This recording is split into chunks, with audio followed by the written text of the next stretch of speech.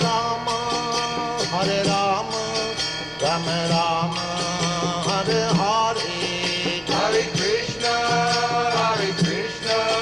Krishna Krishna, Hare Hare, Hare Rama,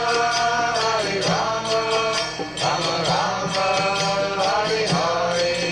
Hare Krishna, Krishna Krishna, Hare Hare, Hare Rama,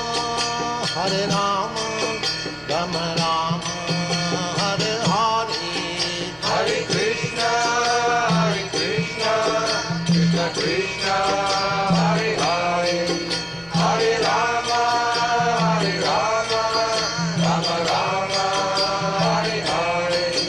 Hare Krishna, Krishna Krishna, Hare Hare, Hare Rama, Rama Rama, Hare Hare. Hare Krishna, Krishna Krishna, Hare Hare, Hare Rama, Rama Rama, Hare Hare. Hare Krishna, Krishna.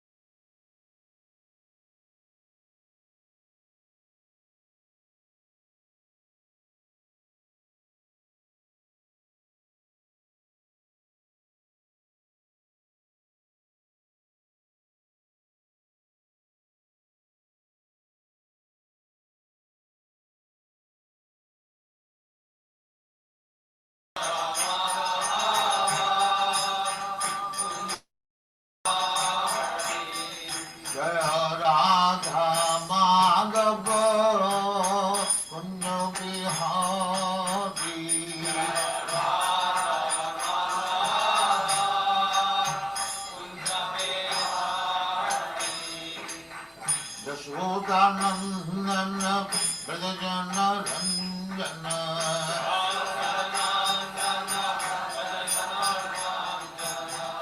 Yashodanandana Brajajana Ranjana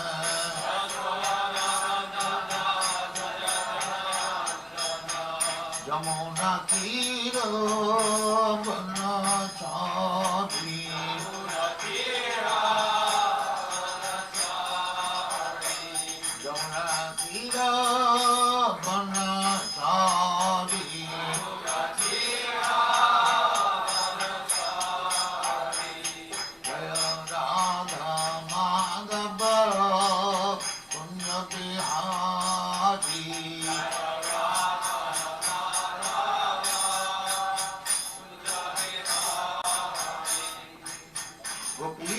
Vallabha Girivaradhari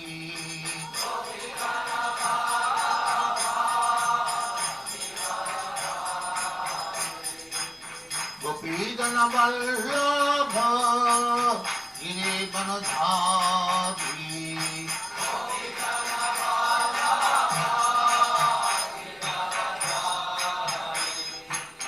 Yashodanandana Brajajana Ranjana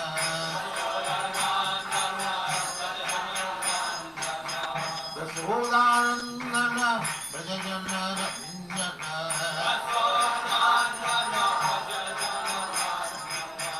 Yamuna Tira Banachari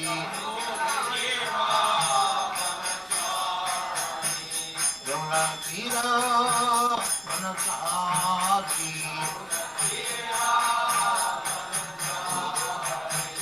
Jaya Radha Madhava Kunja Bihari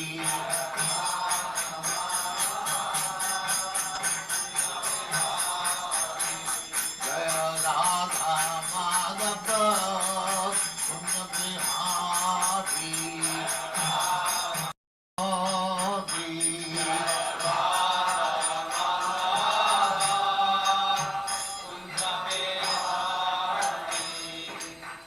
Yashodanandana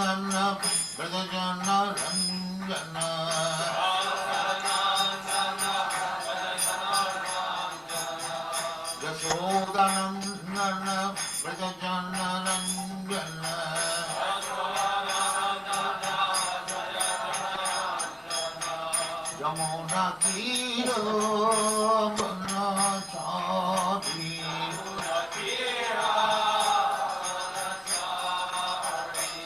Yamuna Tiro Banachari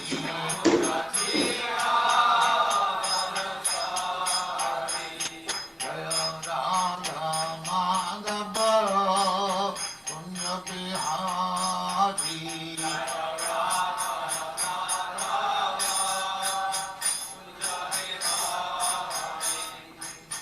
Gopijana Vallabha Girivaradhari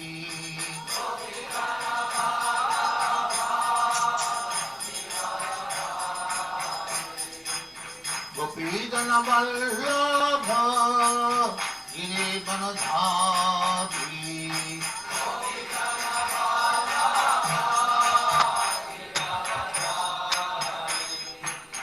Yasodhanandana Brajajana Ranjana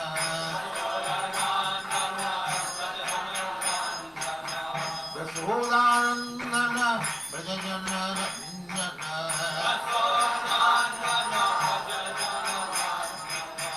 Yamuna Tiro Banachari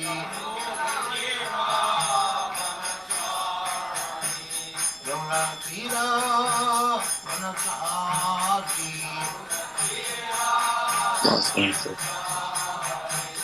Jaya Radha Madhava Punya Bihari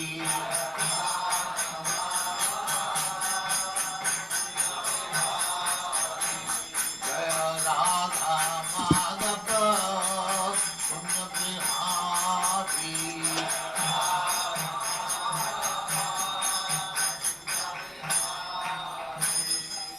Jaya Mahatma Sampradaya Acharya Srimad Bhagavatam Saraswati Goswami Prabhupada ki Jai Ananda Gauri Vaishnava ki Jai Ramacharya Sri Haridas Thakur ki Jai Names of the whole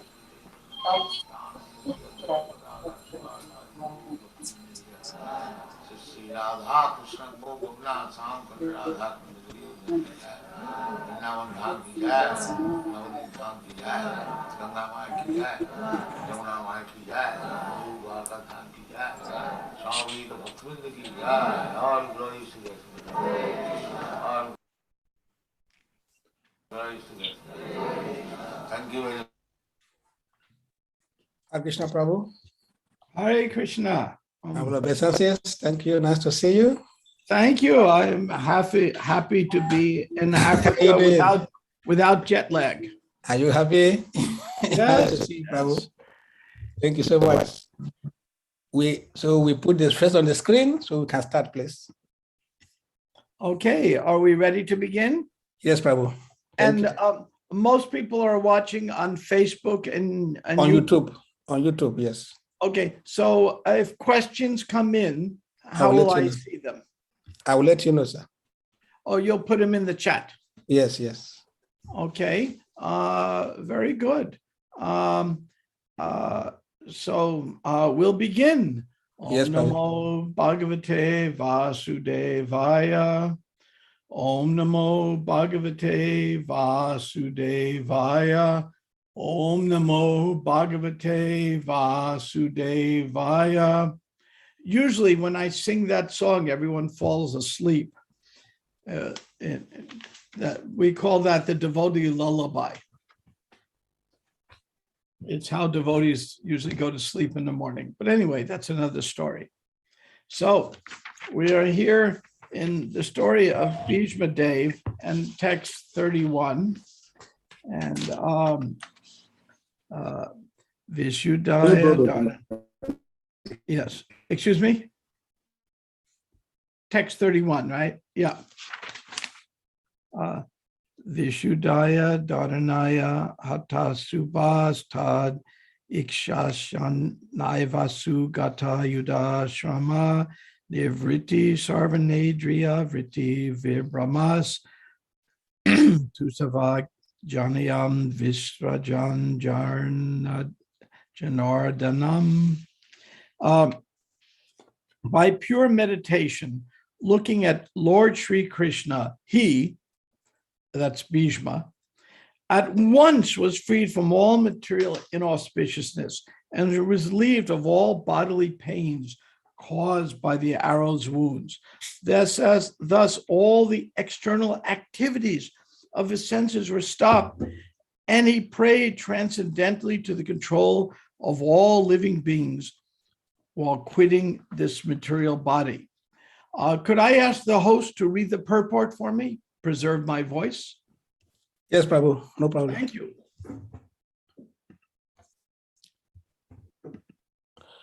Purport by Srila Prabhupada. The material body is a gift of the material energy, technically called illusion. Identification with the material body is due to forgetfulness of our eternal relationship with the Lord. For a pure devotee of the Lord, like Bhishma Dev, this illusion was at once removed as soon as the Lord arrived.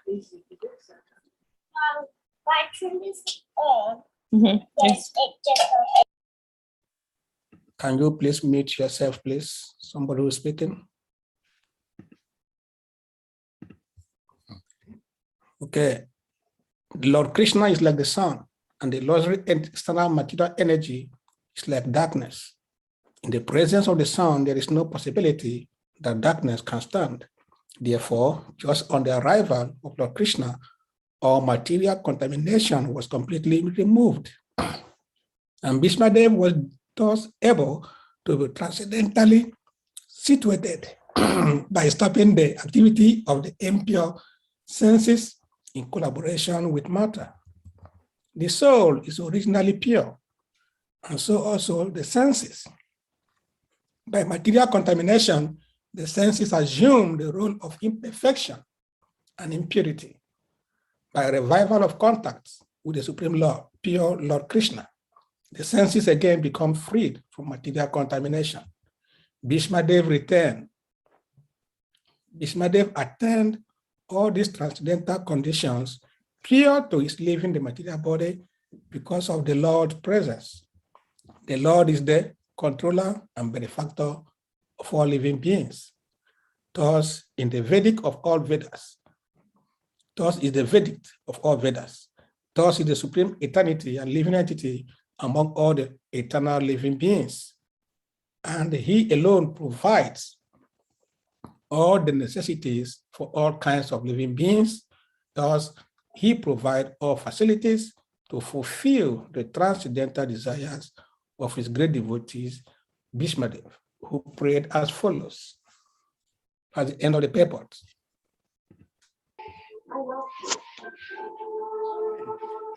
Thank you very much. I appreciate you filling in for me. So we're going to discuss today an interesting aspect of Bhishma Dev. We're going to discuss Bhishma Dev's ethics. Now, I'm going to challenge you to go a little deeper than we might normally go. Now, here is the question to consider. Bhishma Dev, first, early on, Bhishma Dev, when he was known as Devavrata, made a vow because his father, the king, wanted to marry Satyavati, but he was formerly married to the river Ganges, and he had I'm mistaken on that. It was King Son who was married, but King Satyavati's husband, King Satanu, he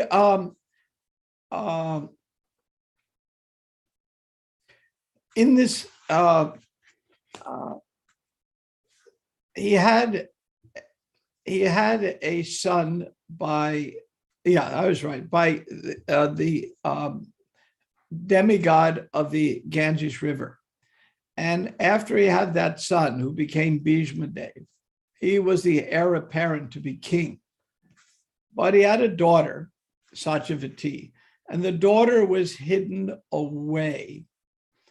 And the reason the daughter was sent away is Indra had come and explained that the asuras are taking birth among the demigods, and your daughter will give birth to an avatar, Vedavyas, who will save the planet. But if the demons find out about your daughter, they'll kill her. So they sent a daughter to a fisherman's village.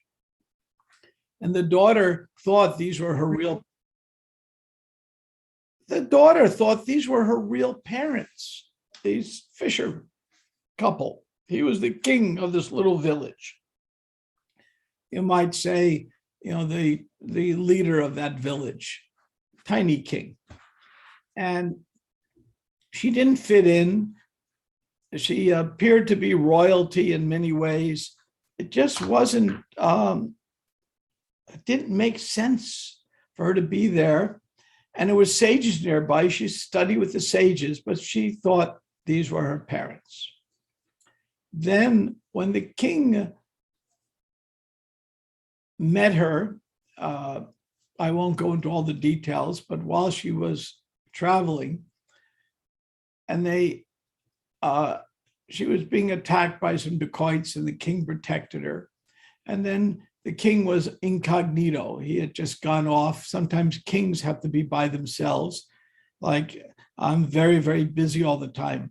So one day a week, I go off by myself and do what's called forest bathing, where I go into the forest and I just walk and chant and kind of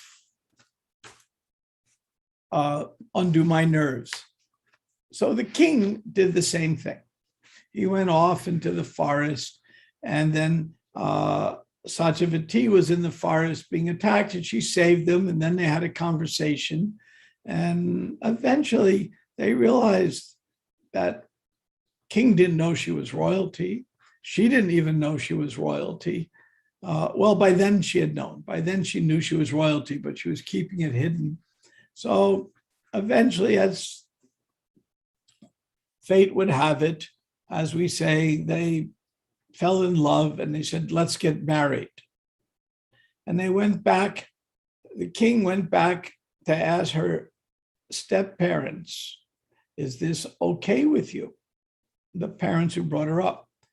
And Jarasandha, who was a very major demon, had gotten to the king, the little king of the fisher village, and convinced him by planting an evil thought.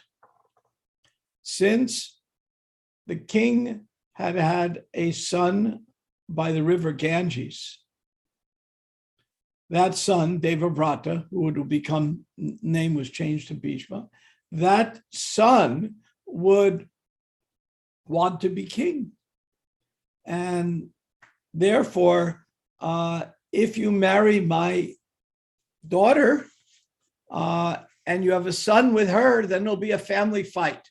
So the only way you could ever marry my daughter is if your son vows never to get married. Now, the king was very upset about this. Here he's about to get married, and this fisherman puts this horrible restriction on him. And Bhishma heard about this restriction. Devavrata was his name. And he made a vow. And he said in this vow, I will never get married. Now, to be a Kshatriya and never get married is very unusual. I mean, it's a very passionate profession, and typically there is a wife to encourage the husband. It's not that he's just sitting meditating all day, doing all these very heavy activities. And usually the comfort of a wife is helpful.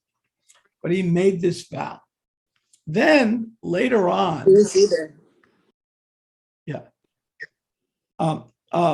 later on, when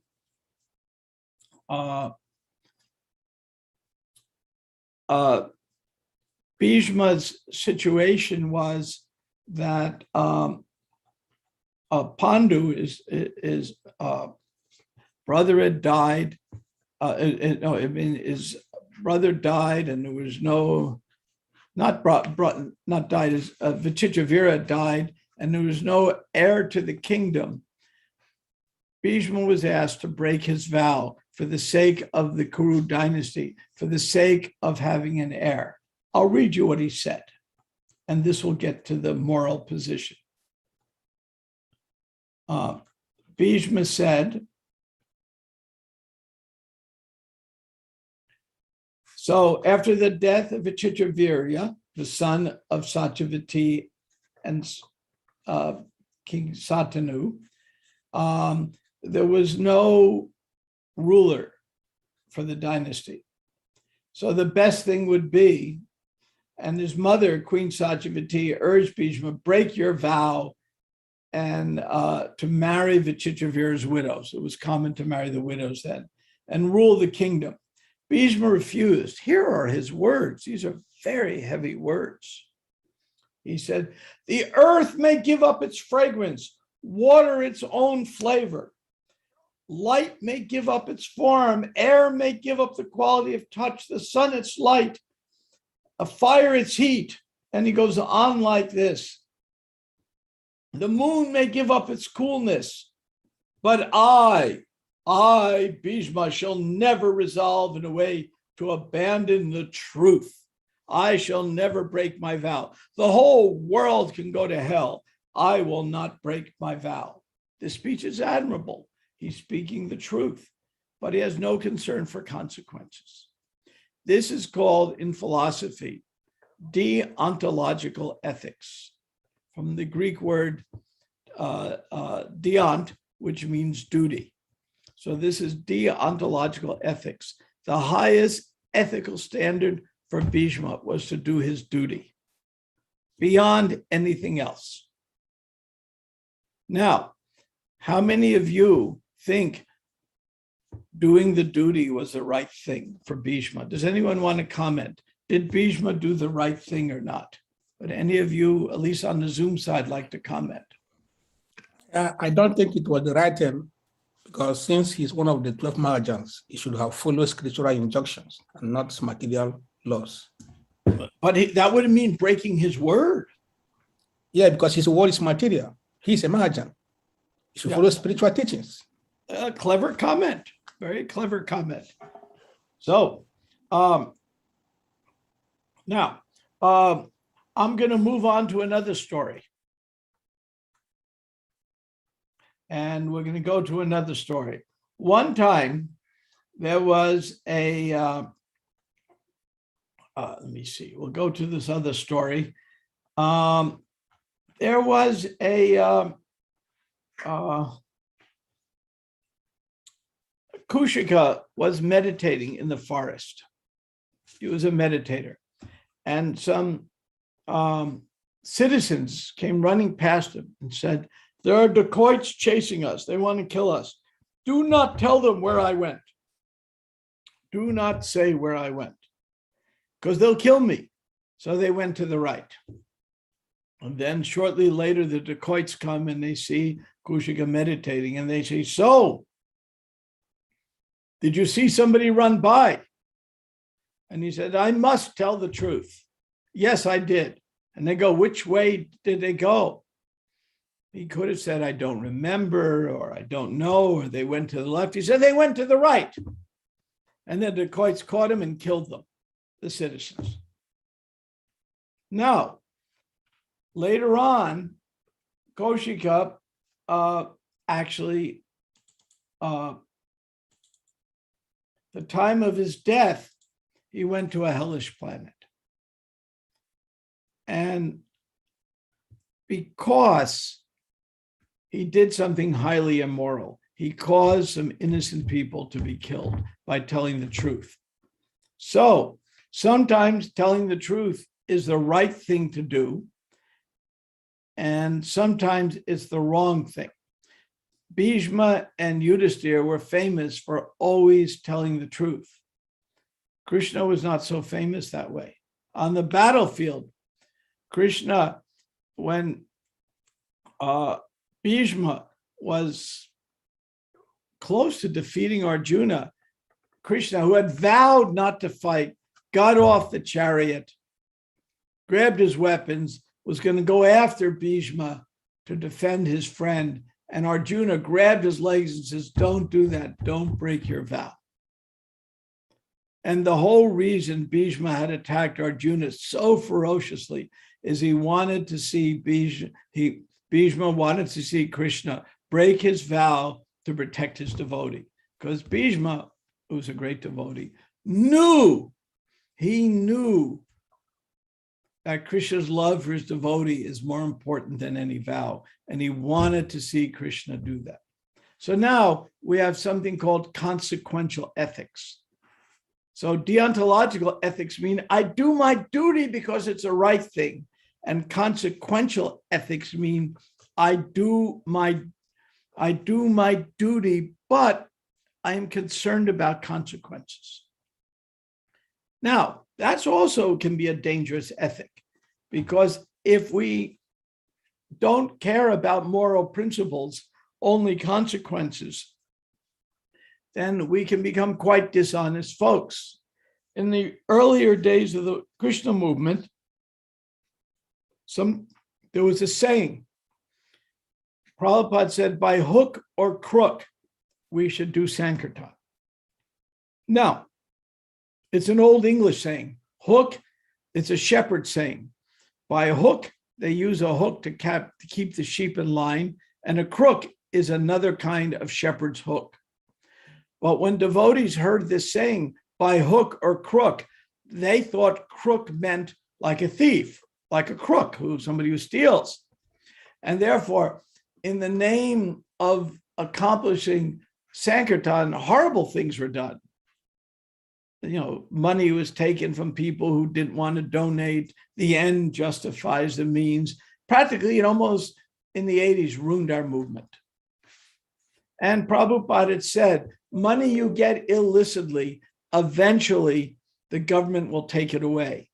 And in fact, the government sued. The big party out of this ran out of California, and the government sued. They said, you're not doing charity, you're doing business. Therefore, you have to pay sales tax on all the millions of dollars you collected, and almost bankrupted the temples in California. And the government, all this ill-begotten money had to be paid back to the government. So, as devotees, what is our moral position? Or do we believe in deontological ethics? We do things on principle and truth? Or do we believe in consequential ethics, that we do things based on the consequence and what the results are? And Bhishma is facing these very same issues here. Bhishma began, there's another story told in the Mahabharata about Balika. Balika was a hunter, and he had to do it to maintain his family. So he was not a bad person, but he was in an undesirable situation. And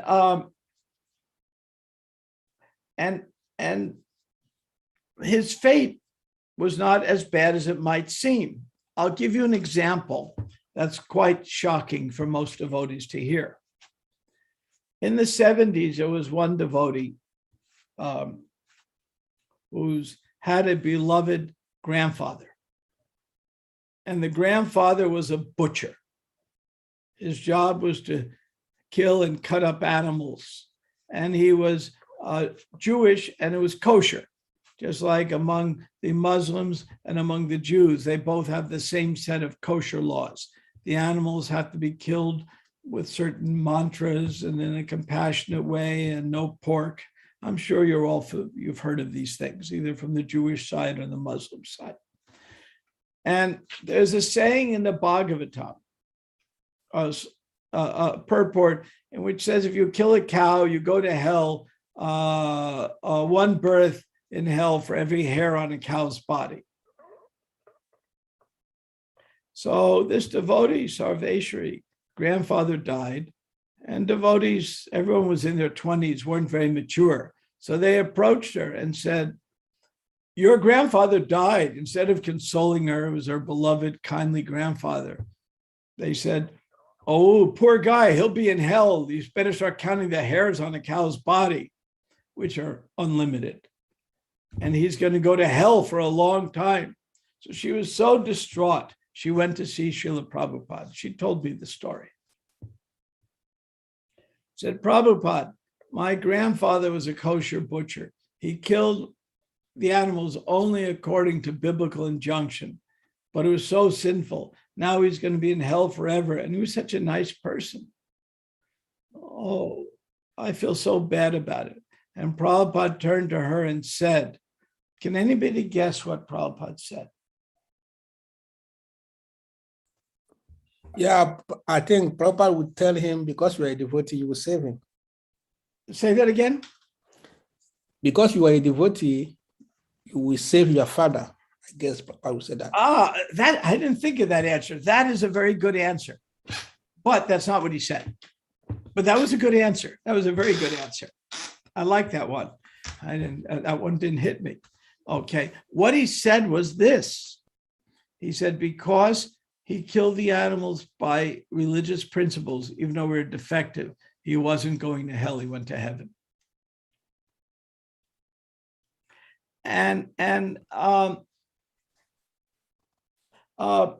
So we see that Narada Muni told Magari the hunter, and when you see me looking away, I have a script I'm reading from. Because you are a hunter, for you, killing animals is a slight offense, but the big offense was making the animals suffer.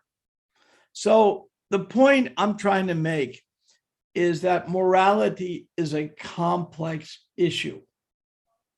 Now we find when Bhishma was on the bed of arrows dying in this chapter 9 of the Bhagavatam, Bhishma had a change of heart. Remember, in his younger days, I will not get married. The whole earth can go to hell. Everyone can die. What do I care? I will keep my word. And he meant it. It was quite dramatic. Later on, he's on the bed of arrows. The dying Bhishma speaks about truth in a far more complex, nuanced way than he did in his youth. He is now, when he's speaking to Yudhishthira, concerned about consequences more than the actual act itself. And he understands that in moral matters, appearances can be deceiving. And a lesson he gleaned from the story of Kausika, who told the truth and then went to hell. When that story was told to Bhishma in the Bhishma Purana, it really changed Bhishma's heart. And he realized consequences do count. And the point is, Yudhishthira had inquired about morality. That's what began this conversation. So the truth of morality was not obvious to Yudhishthira, even the king of morality. And so Yudhishthira is talking to Bhishma, and the king of morality is struggling to figure out how do you tell right from wrong. I'll read you a little bit of their conversation from the Mahabharata. How should a person who wants to stand, Yudhishthira asks, how should a person who wants to stand on moral principles behave? I seek to understand this, O wise one. Kindly explain to me. He's asking Bhishma, explain this. Bhishma is dying on a bed of arrows. The king of Dharma, Yudhishthira, says, but how do I know what to do? Now, every one of you will be faced with this crisis yourself. What is the right thing to do? Some of you are born with fairly conservative principles. The right thing to do is follow the law, to do what's best according to the principles of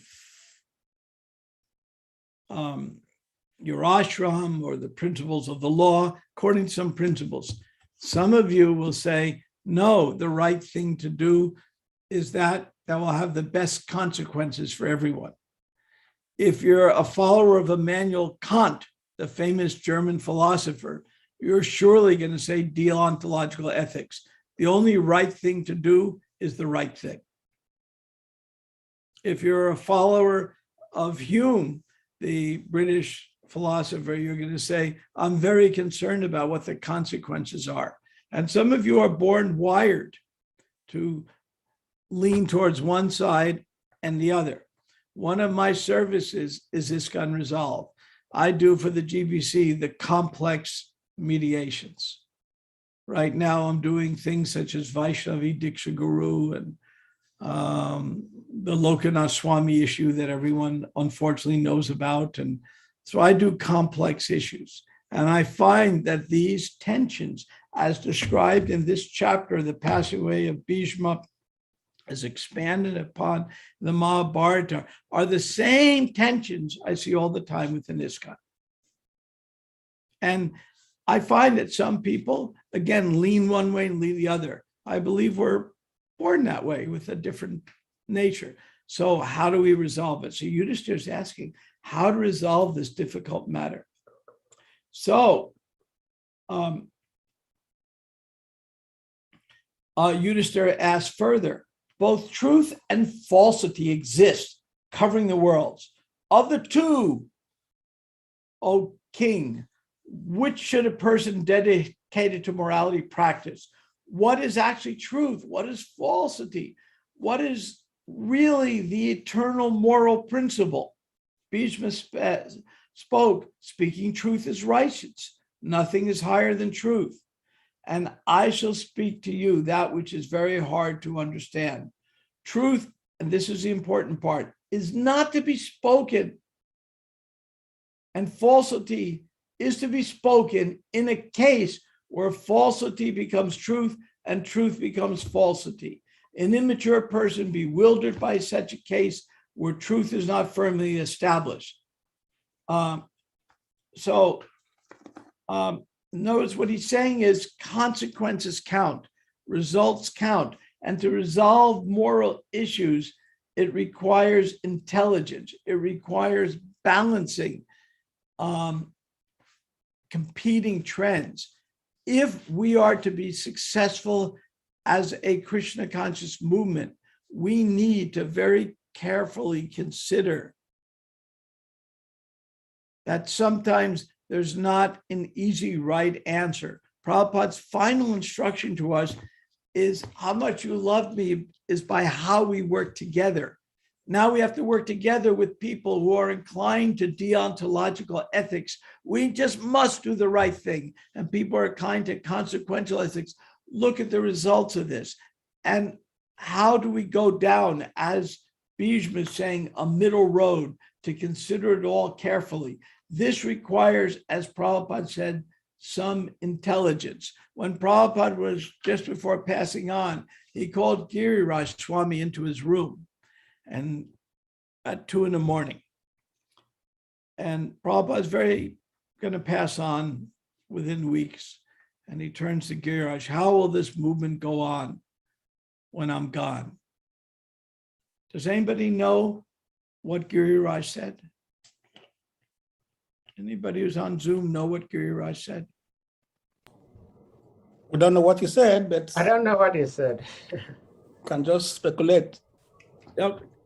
He said, well, if we keep on chanting and following, the movement will go on. And Prabhupada said, no, we need intelligence and organization. We need intelligence. Because without intelligence, it's not going to go on. Because without intelligence, we're not going to be able to get past our differences. Without intelligence, we're not going to understand it. Some people are wired for deontological ethics. Some are wired for consequential ethics. And we have to compromise with each other and work together. Prabhupada used to give the example from the Aesop fables. If you take one stick, anybody can break it. If you take a bundle of sticks, nobody can break it. So that's what it means to work together. So that's some of the messages that are in this amazing chapter of Bhishma leaving. Now, I'll tell another story about Bhishma leaving, and then I'll leave time for questions, comments, criticisms, and even insults. It's all good. So,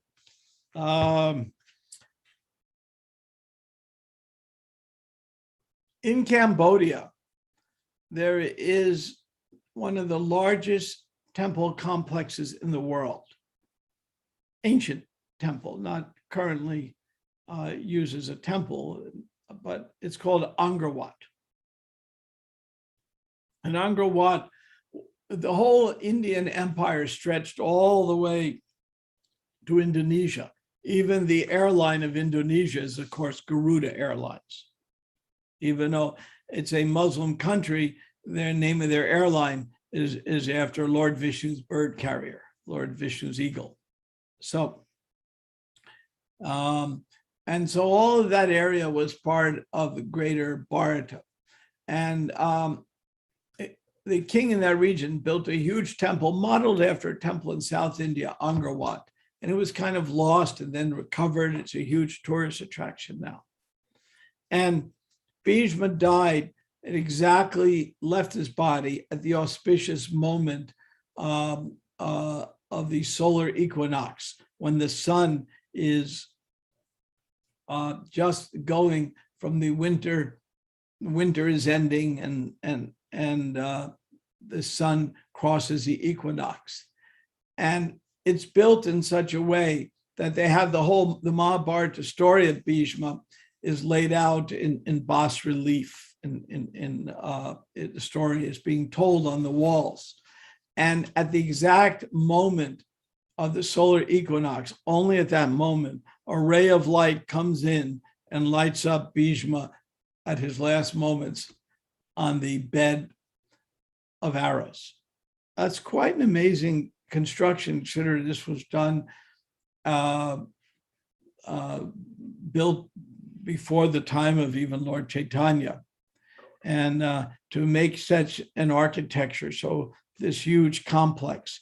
And then they discovered in the river, in the dry season, the river got exposed, the riverbed, there's a whole Anantasesha lying down there. And when the wet season comes, you can't see. In the dry season, there's a statue of Anantasesha lying down.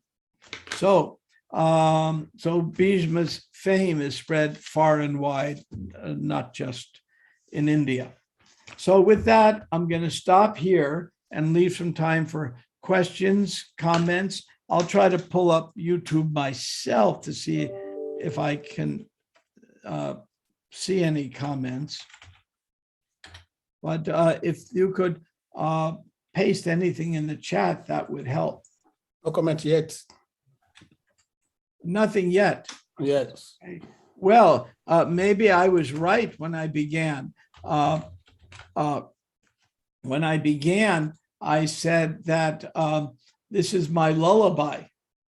Maybe everyone went to sleep when I sang Om Namo Bhagavate Vasudevaya.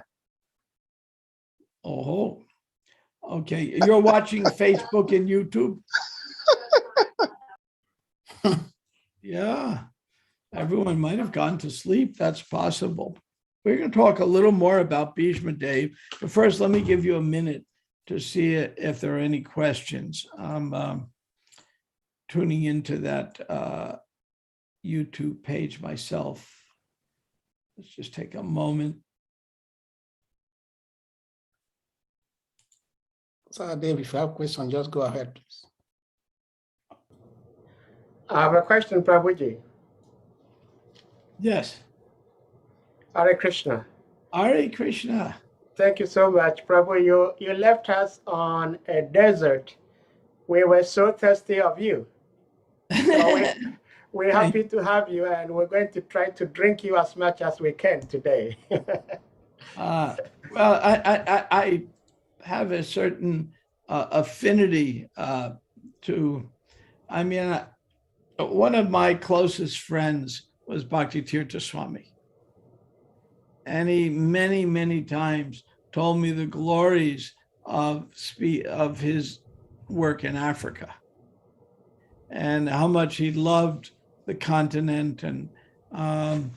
And as most of you know, African Americans often are not appreciated in Africa, as the phenomena would occur.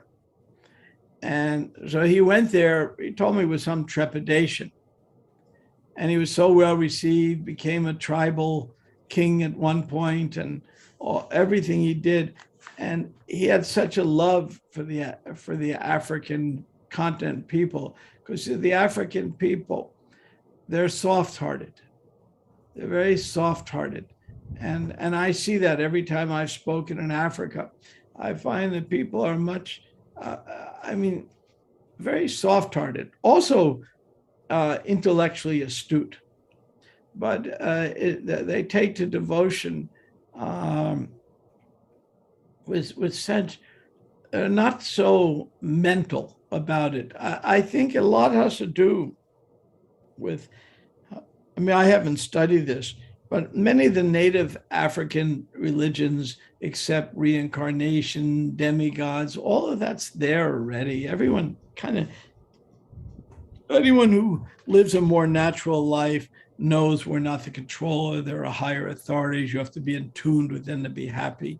So somehow in Africa, there is a understanding that is deeper than I find in the West. So it's a real pleasure for me to visit Africa. And Bhaktitirtha Swami used to share that with me.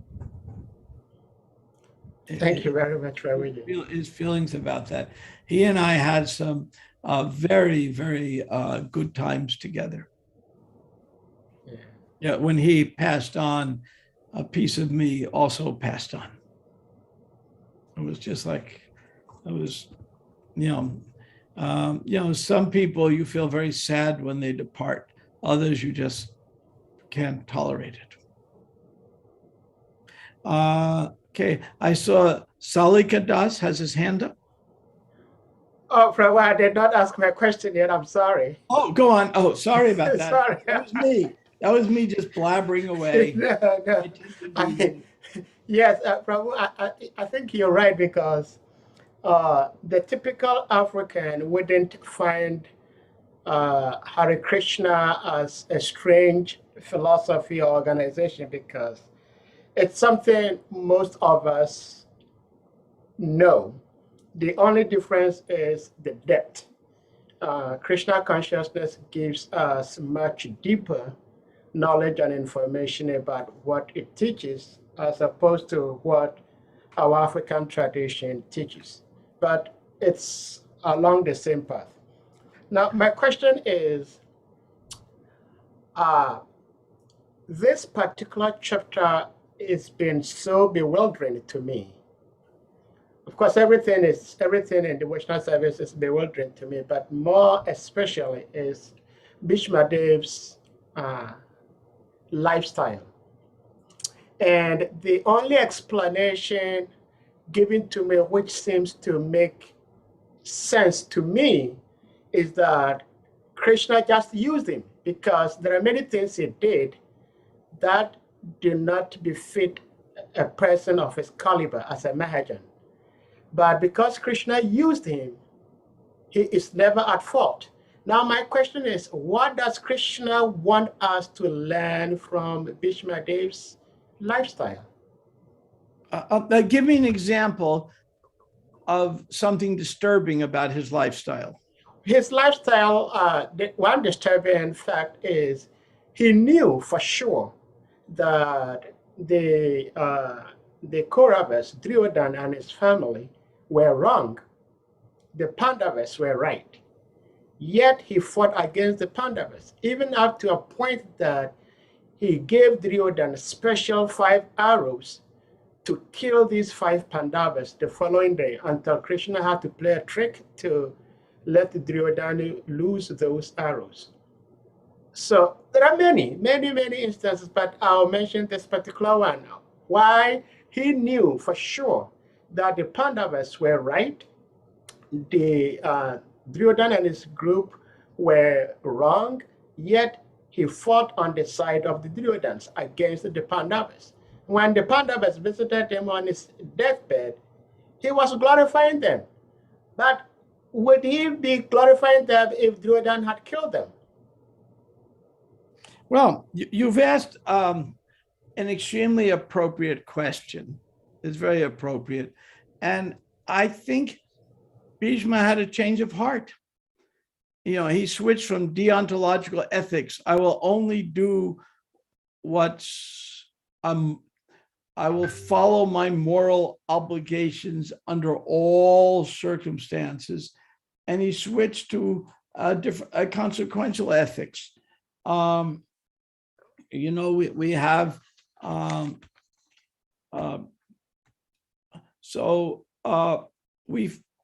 Bhishma actually changed his mind. So does that mean that Bhishma, because I asked this question before, that it is an offense to disobey the orders of the spiritual master, right? But there have been few instances in the scriptures where disciples disobeyed the spiritual master. And the answer to that was, of course, we do not go about disobeying the orders of the spiritual master. It requires intelligence. So like you're saying, it requires intelligence to stay either on the ontological ethic or consequential. Now, am I right to assume that Bhishma Dev failed to use his intelligence at a certain point to understand that following this path may be right, but it is wrong? You ask tough questions. So did Bhishma use his intelligence?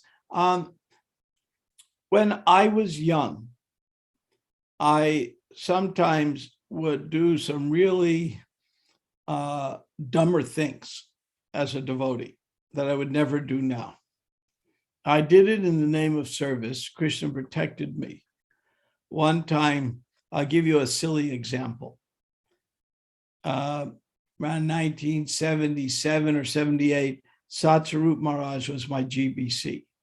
And I really respected him. I still do. And he gave me a letter to mail before Mangal Artik. So I walked to the post. There was a post box, public post box, a block from the temple. So I just put it in there, came back from Mangal Artik. And I was so happy I could render him service. And then he says to me, oh, don't mail that letter yet. I want to put something else in the envelope. I didn't say to him, I already mailed the letter. I grabbed 3 brahmacharis and we went out to the mailbox, unscrewed it from the ground, turned it upside down and tried to shake out the letter. Now it has baffles in it. You can't do that.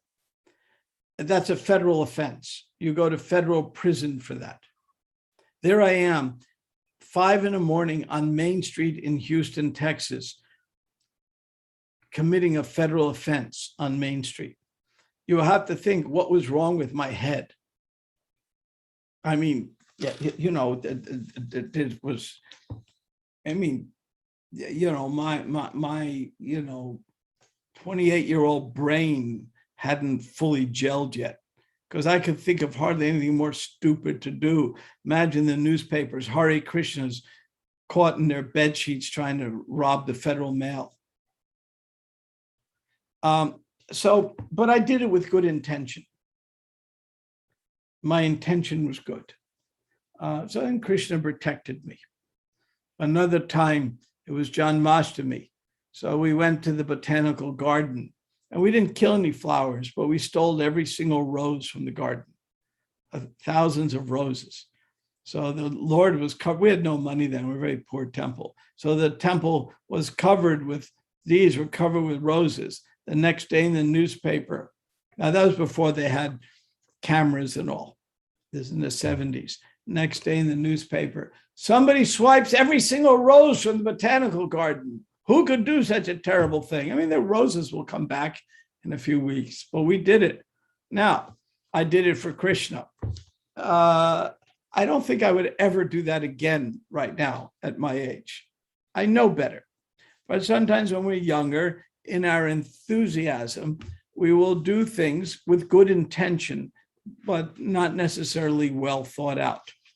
So Bhishma may be a Mahajan, but he's still a person, and we mature with time. So Bhishma, at the end, he had a much more mature, nuanced look at it. He said you have to look at it from both sides, not one side. But in his youth, he had that passion of youth. He was more enthusiastic. Good intentions the whole time.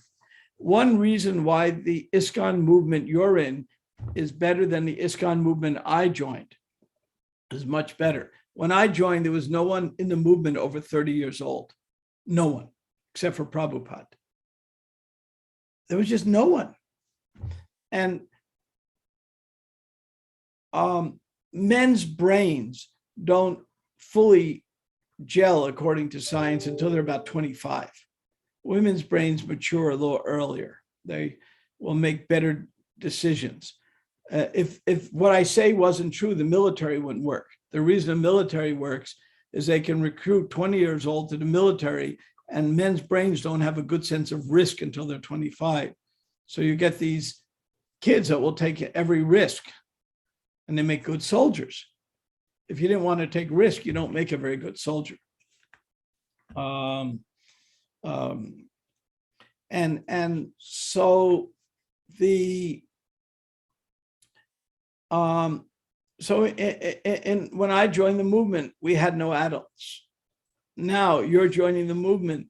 Those who join later have people their own age, people middle age, older people. So you have multiple generations, which adds a maturity and a balance. So similarly, everyone in those days were enthusiastic, and Krishna somehow protected us from ourselves. There's a saying in America, we have met the enemy, it is us. And so in a similar way, the point I'm trying to make is your point is extremely well taken, Sahadev, extremely well taken. Bhishma actually had a more mature approach when lying on the bed of arrows than early on in his life, but it's something he had to go through. You know, he had to go through that. He had to set two examples. One, the example of deontological ethics. My word is everything, like with Yudhisthira. Because we have that story of Yudhisthira saying even though Yudhisthira was Dharmaraj himself on the battlefield, he said Ashvatthama is dead. But it wasn't the son Ashvatthama, it was the elephant.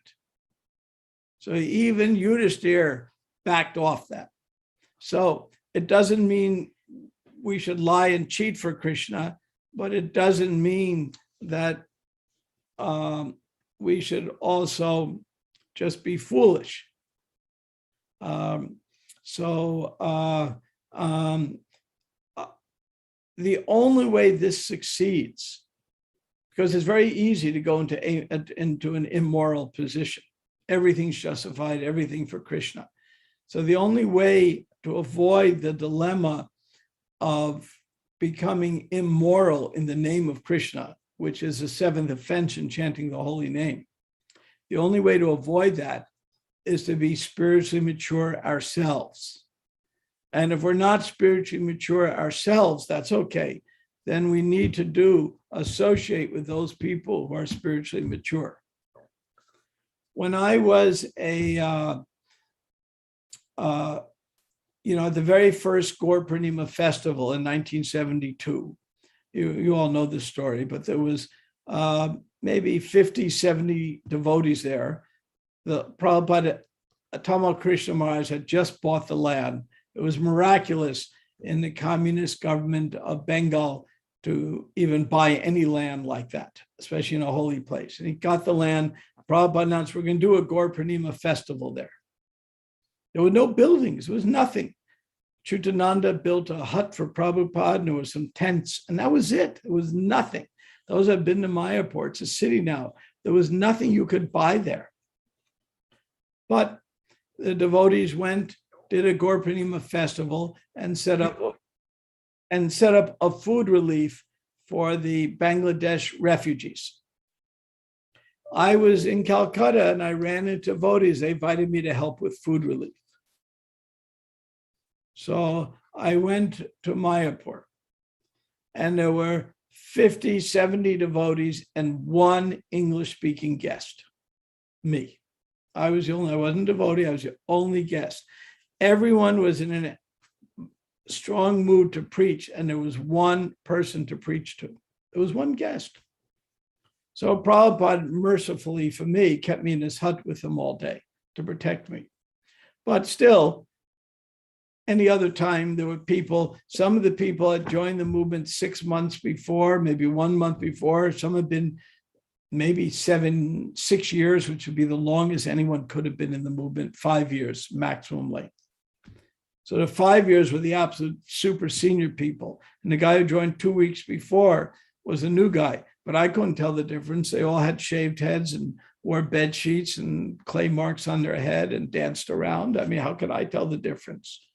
You know, all of them had a green sock and a blue sock. None of them matched. I mean, I couldn't tell the difference. So how can I know what to do?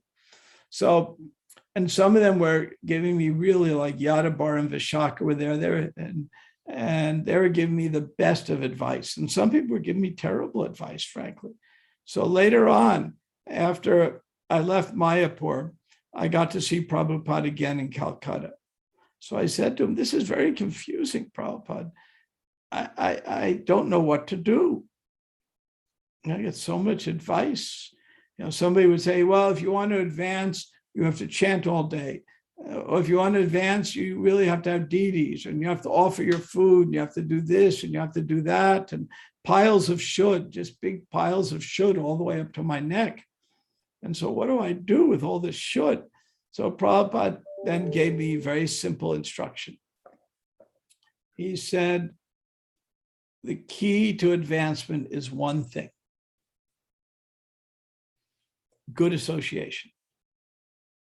So if I associate with advanced people who I trust, who trust me, frankly, also, then everything will fall into place. And if I don't do that, I'll always be confused and bewildered. And he gave me a few other instructions. And he said, read his books every day and a few other instructions, but that was a key.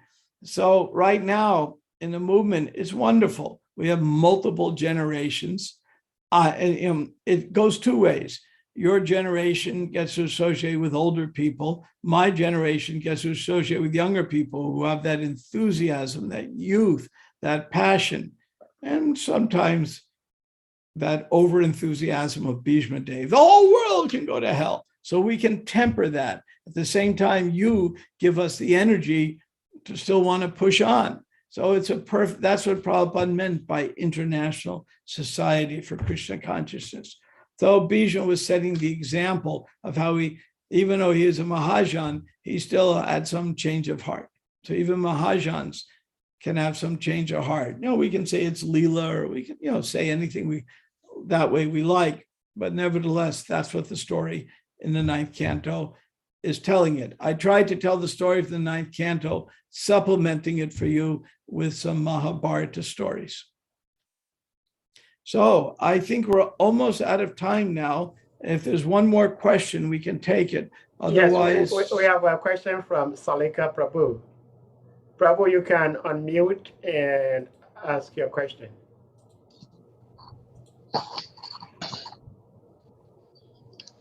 Hare Krishna.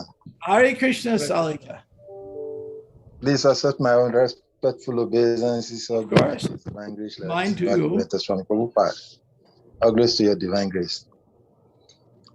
I have a question which is bordered around. You've actually touched one or two places where I wanted to hear, and you gave an analogy which Prabhupada said that if the one stick of broom is broken, it easily breaks, but when you have a bunch of sticks, it doesn't. And this is a very nice one.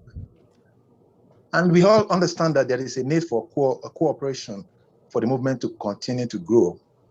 But my question is, how do you continue to cooperate when there is seemingly no agreeable point of moving forward? And I give an example. Okay, there are certain basic principles of management that Srila Prabhupada has set in place for the movement to run. And you are in an environment whereby some of these principles are not being practiced, and you can change it. And even though many knows that this is not the standard, for whatever reason, they are not ready to support what is right to be done. And this lapses in management is there. And in such a situation, how do you cooperate?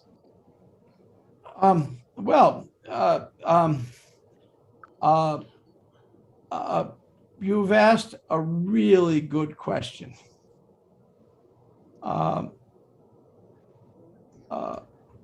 You've asked a really good question. So now I will put the answer in the chat.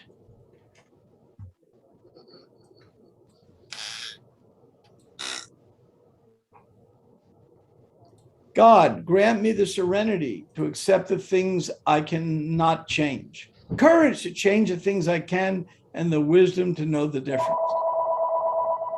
So sometimes we can change things, sometimes we can't. Sometimes it requires action and sometimes patience. So that requires, and if somebody has the wisdom, great. If they don't, I often don't have the wisdom. I ask my mentors and peers for advice what to do. There's a time to be patient and a time to take action. And we need wisdom to know when that is. I remember I was in New York in the 1970s, and we had a temple president, GBC. He ran ISKCON Press. He was the big shot in ISKCON. Nice fellow. And he was a sannyas. And Prabhupada personally told me, have any questions, ask him. And then he got married. Prabhupada didn't mind. He even performed the wedding ceremony. And his wife was some kind of witch of some kind. And she started offering chicken to Radha Govinda. Wow. Yeah, it was mad. It was crazy. It was crazy. The worst thing I've ever seen.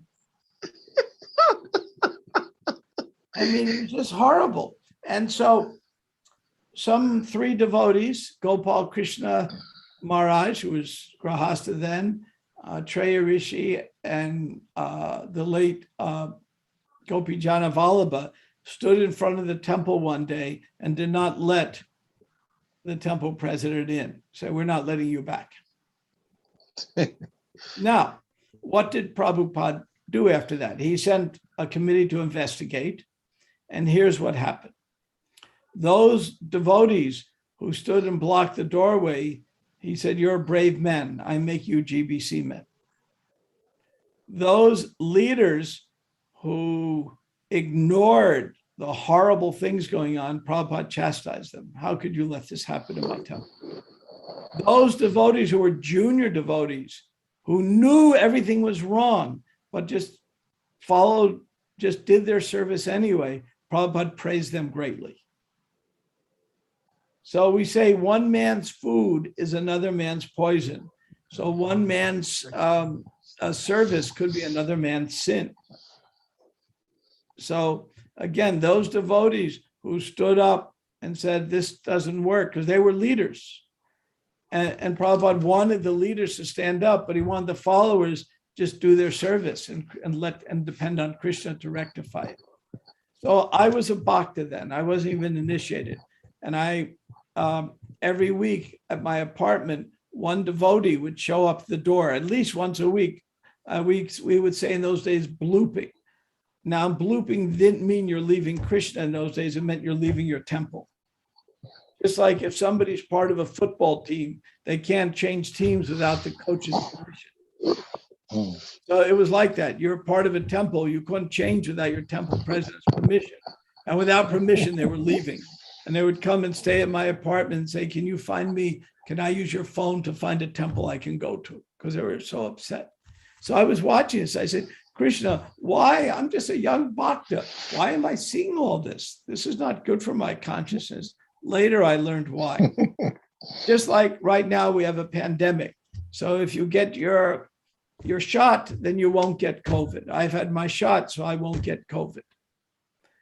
And so I got a shot, like a smallpox vaccination or COVID vaccination. So after seeing the greatest madness I could see while Prabhupada was on the planet, all the madness I've seen since then never hurts my faith. Sometimes I'm disturbed by it. I try to fix things when I can. That's what I do in ISKCON Resolve, but it doesn't disturb my faith. So you have to just follow the serenity prayer. Sometimes you can change it, and sometimes you just have to be patient and use your intelligence to figure it out. And like me, sometimes I can't figure it out. So I call up people. Just last week I working on a very difficult matter, and I couldn't figure out what to do. So I called up Radhanath Swami. I said, Maharaj, we're old friends. So he took my call. I said, Maharaj, if we do it this way, it makes this mess. And if we do it that way, it makes that mess. I can't figure out what to do. So he gave me some really wisdom and good wisdom. And then just yesterday, I called up Haridayananda Maharaj. I said, he's the best philosopher I know, period. And I said, we got this philosophical conflict here. How do I resolve it? Today, what I was reading from the Mahabharata was from his translation. And I said, what do I do? So he gave me good philosophical advice. So I'm always seeking advice. Sometimes Braja Hare, the co-director of ISKCON Resolve with me, we get stuck and we call up our mentor, who's in her mid-80s. She's the most senior mediator in all of America, but she loves devotees. And she gives us all her advice for free as much as we want. And so just yesterday, I talked to Braja Hare. We're stuck on an issue. What do we do? Let's call Mary and talk to her. So this is what it means to work as a community. So I don't know it all. I mean, I've been around 72 years, so I know things you may not know, so you can ask me. And if I don't know, I ask someone else. And this is when Prabhupada International Society, that's what society means. But the question you asked is, you're one of those people, because you asked a similar question last time. So, and I understand where you're coming from. You're somebody who knows the difference between right and wrong. You know when something's wrong, and you have a little Kshatriya spirit in you. You want to make it right. I see that. I admire that. I appreciate it. We need more people like you. At the same time, sometimes you have to be patient. Does that help you? Very much, very much. Yeah, it's Thank you so much. Very good question you asked. I mean, it's very appropriate, and we see it all the time. And somebody like yourself that has a little Kshatriya in them, it hurts to see the wrong thing happening. And sometimes that's your tapasya to be patient, and sometimes it's your tapasya to go up the chain of the management and do something. And it takes wisdom. And if you feel you have the wisdom, great. And if you don't, do what I do. Ask people who can advise me. I do that. I seek advice at least 2-3 times a week on issues, because I don't want to, I'm dealing with people's lives and I don't want to make mistakes. Thank you so much. Thank you so very much. Thank you very much, I appreciate your question a lot. Thank you. Prabhu, do you have a little bit time? I can ask one more question, please. For you, I'll do anything, Sahadev. Oh, Prabhuji. Thank you so much, Prabhuji. Prabhuji, like you rightly said, Srila Prabhupada said we need 2 items to help run his movement, ISKCON: intelligence and organization. Now, my question is, our intelligence at the moment is material, because Krishna says 8 separated material energies, and mind, intelligence, ego. even though they are subtle, but they are still material. Now, if someone is using his material intelligence to help solve spiritual problems, how does one do that? Now, the second part is organization. I have heard from other senior devotees that in organizing whatever in ISKCON, you do not need a trained professional. Like maybe we need somebody to take control of our temple finances. Some will say we don't need a trained accountant, but that is also professionalism. So how do we use these two elements, intelligence and organization, to help keep Srila Prabhupada's movement grow and grow? Hare Well, Krishna. that's a well-organized and intelligent question. So, as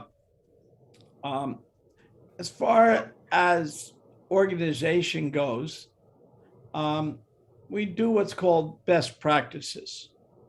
And we learn that. I consult, I have a consulting practice for state governments in America. And one of my missions is to teach them best practices in an area that I'm expert. And the government is very interested. What are the best practices? So we should always, an organization, find out what are the best practices. Prabhupada once told us, when you want to learn how to manage, go watch the Catholic Church. They've been doing it for 2,000 years, and they learned a lot. They made a lot of mistakes, and they learned a lot how to organize. I tell devotees, check the Mormon Church. They really got it together now. Purijan went there in the Dodi and all, and visited their headquarters in Salt Lake City, Utah, and they're pious people. They received him with open arms, showed him how they do things. He learned a lot.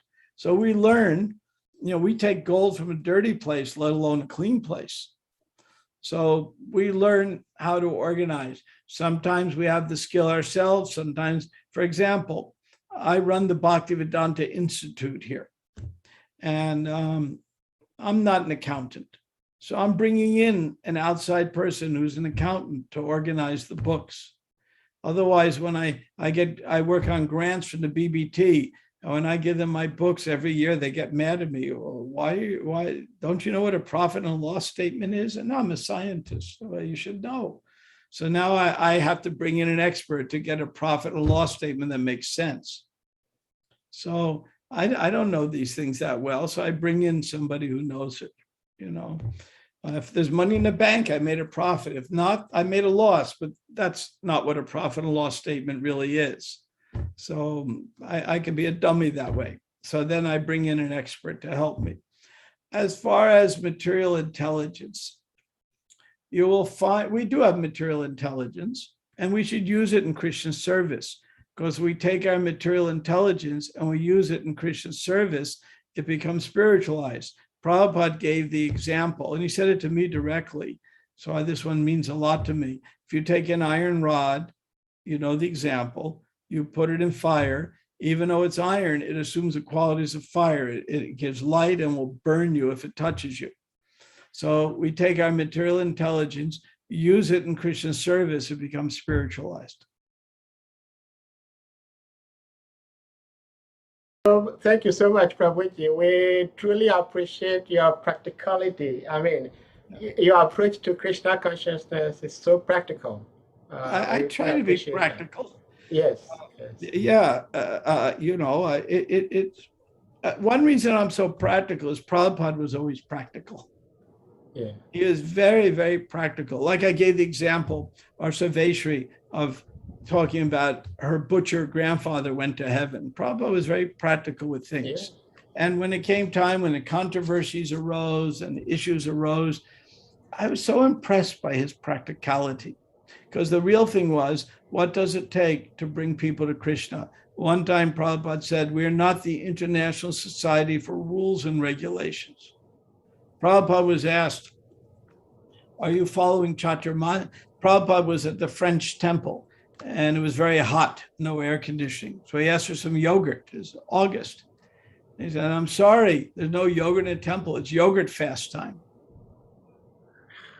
And Prabhupada said, go to the store and get me some yogurt. One of us said, what about Chaturmasya? And Prabhupada said, Chaturmasya is only for sannyasis and only for those who have been sannyasis 10 years. And I've been a sannyasi 10 years and I still want my yogurt, so go get it. So Prabhupada ki jai. Now, if somebody wants to follow Chaturmasya, they can or can't. It's not the main principle. Take Janmashtami. Prabhupada would fast on Janmashtami, and sometimes he'd eat fruit. He had blood sugar issues. It was important he eat some fruit. So he ate some fruit. So when a guest comes to our temple, especially a new devotee comes, they join, oh, it's a fast day. I always say to them, but if fasting is difficult for you, don't ask me, I'll get you something. Why should I make someone not like what they're doing? Eating prasadam is more important than fasting. And if somebody can fast, there's some great benefit, health and mental and spiritual to fasting. And if somebody can't fast and all day they're thinking about food, better they eat something. Prabhupada was practical that way. One time, Prabhupada was on the airplane and everyone's falling asleep but him.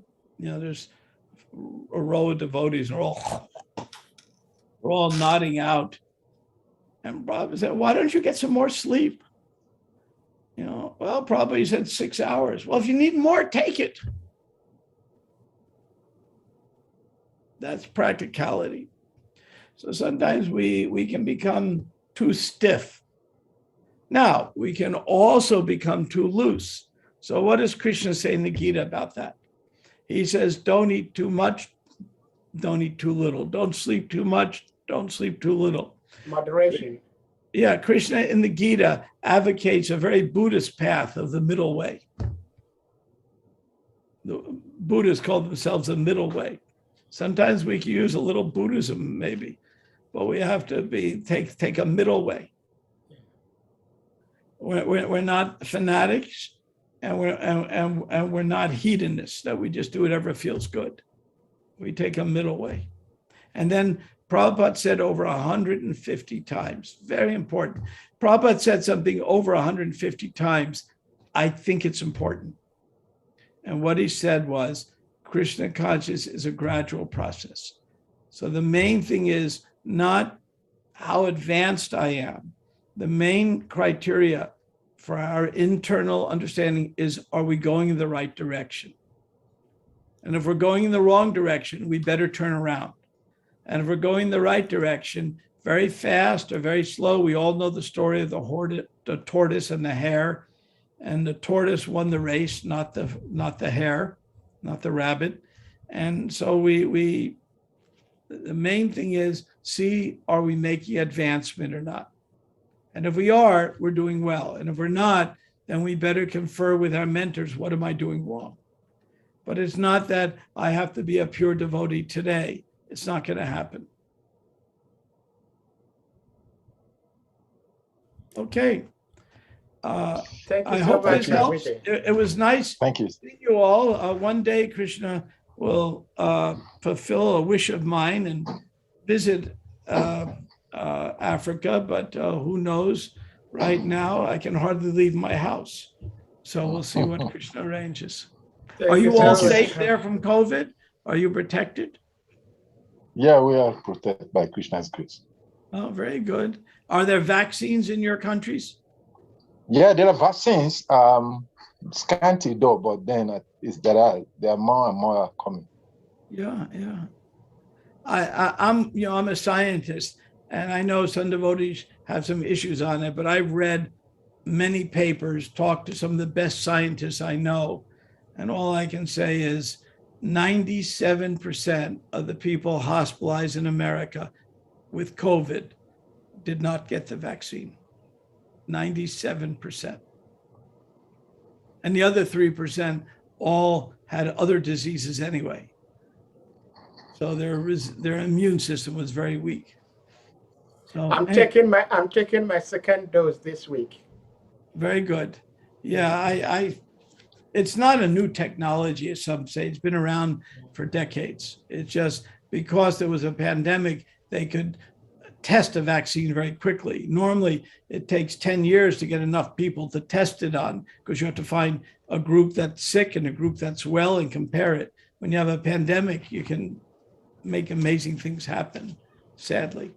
Okay, very good. Thank you so much. All good wishes for the African Yatra. And if I can be of any service, any of you, do write me. Radhakun, nice to see you. Anybody else want to turn on their camera, say goodbye? Yeah, turn on your cameras, please. Yeah, Prabhu, may we ask of you that at least you bless us with the association once a month? I will try. I'm fairly booked, but this time of day is usually good for me. In the mornings, Yeah. I have a lot of meetings, and on Sunday mornings is my family time, so I don't do anything else. Okay. But you know, I love speaking in Africa, and like I said, I get all the benefits of your association with no jet lag. Oh, we do. We do more than you do. What countries are you in? I'm in Africa, but I think Sir David is in the US with you. Yeah, I'm in Harrisburg, PA, Pennsylvania. Oh, you're in Pennsylvania. Yes, Prabhuji. Where? Harrisburg. It's very close to Gita. Oh, no. You're at Gitanagari area. Yeah. No. I know Harrisburg extremely well. Yes. Okay. Okay. And Radhakun, where are you? I'm in Houston, Texas. What are you doing in Houston? My family's here. Oh, but where are you from? I'm originally from Nigeria. Oh, okay. So originally you're African, but now you're in Houston. Okay. Yes. Yeah, I was the first live membership director of the Houston Temple way back. Oh. If you know Dwarkanath, who does the art teach, he was my second life member I made. Oh, wow. Prabhu, that's awesome. It was way back. And where is somebody else located? Okay. I'm in Nigeria. In northern part of Nigeria, central north part of Nigeria. Well, this is an African in Africa. Yes, I'm in a state. In Africa. Okay. I know. Atma is in Columbus. Where is Atma? Hare Krishna. Where are you, Atma? Hare Krishna, Prabhuji. I just moved to West Virginia, like 15 minutes to New Vrindavan. Oh, that's funny. All over. Yeah. Are you from Nigeria? I'm from Ghana. Okay. Okay. Yeah. Yes. Very good. Okay. This Zoom, we don't know these things. And Atma, I appreciate your comments. Very nice. Nice of you. Oh, thank you, Prabhuji. You have really opened a lot for me. You know, a lot of the questions that my God brothers asked and your answers, it has, that's helped me a lot. So thank you. Thank you. Prabhupada instructed me to always ask a lot of questions. And now I guess I'm older, so my job is to answer them. But that's what Prabhupada instructed me several times. Wow. Like that.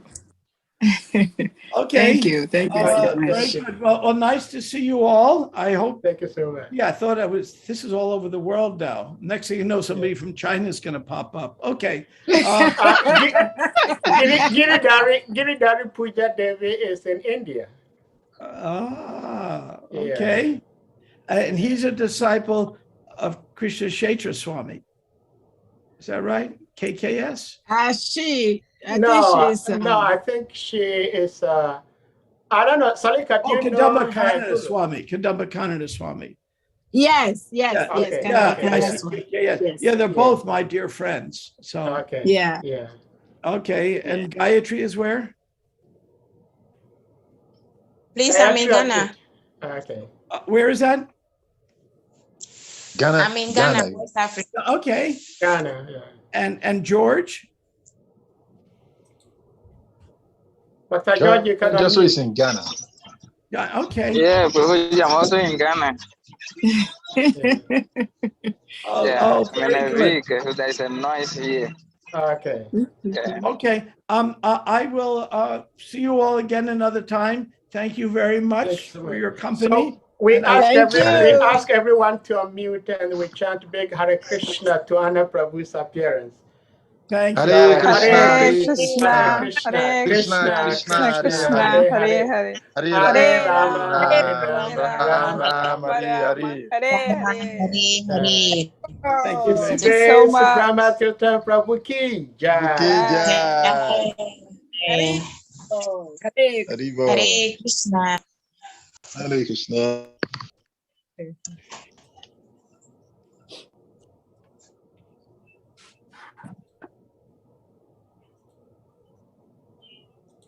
Jaya Jaya Prabhupada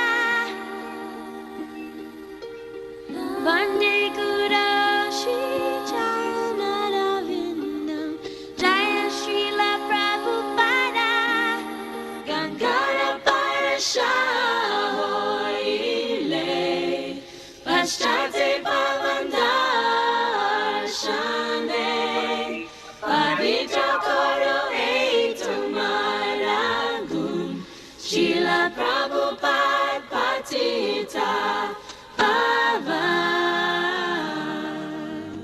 He's a kind and gentle soul. His heart is never cold. So peaceful and poetic, with a message true and bold. He's never seeking praise, so silent and so grave.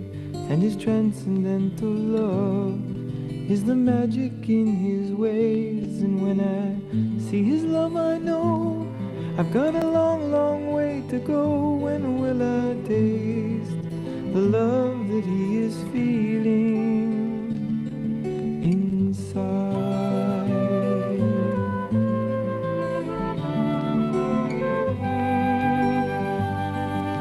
He's always meek and mild, with a warm and friendly smile.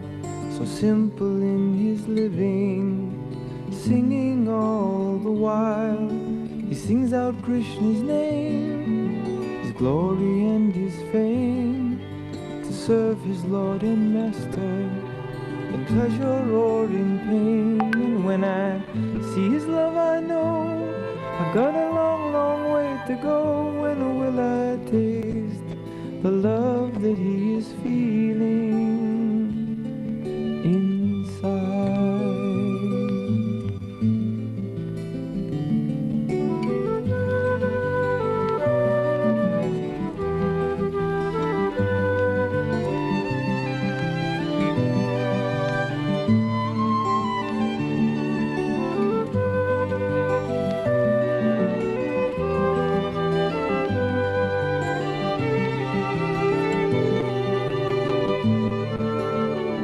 And when I see his love, I know I've got a long, long way to go. When will I taste the love that he is feeling inside?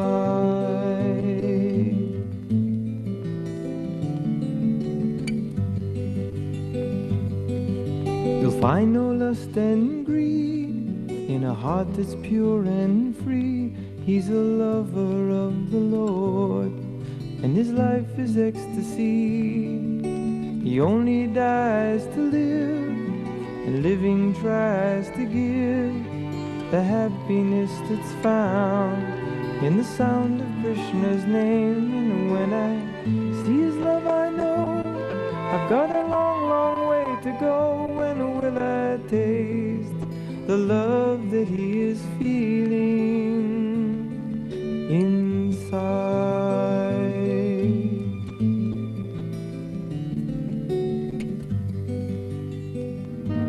Oh, merciful Prabhupada, your eyes they can heal,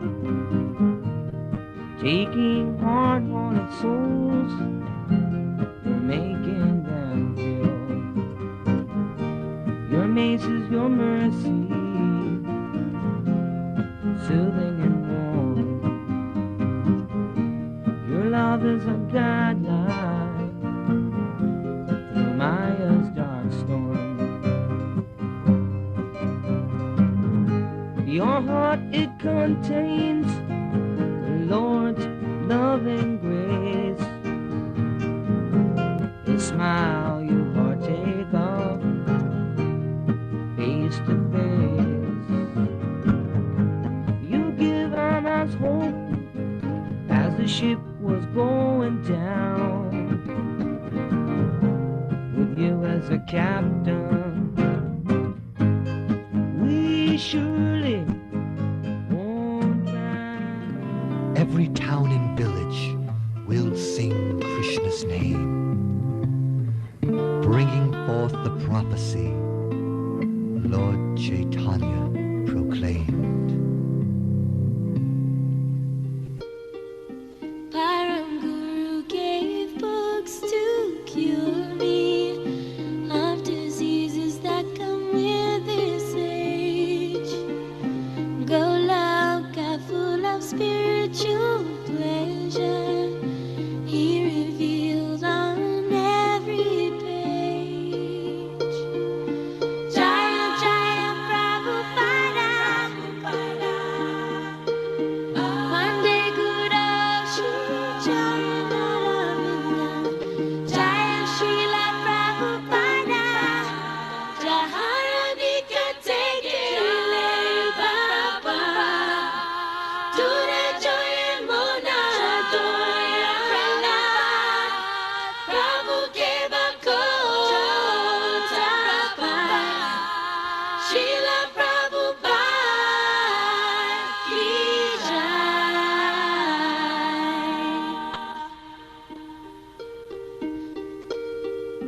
My dear grandfather, spiritual master, unto you I most humbly pray that this serpent-like non-devotee in the dust of your feet will stay. Jaya Jaya Prabhupada, Vande Guru Shri Charanaravinda, Jaya Srila Prabhupada, Halistane Apada Ditale, Harinam Tamastane.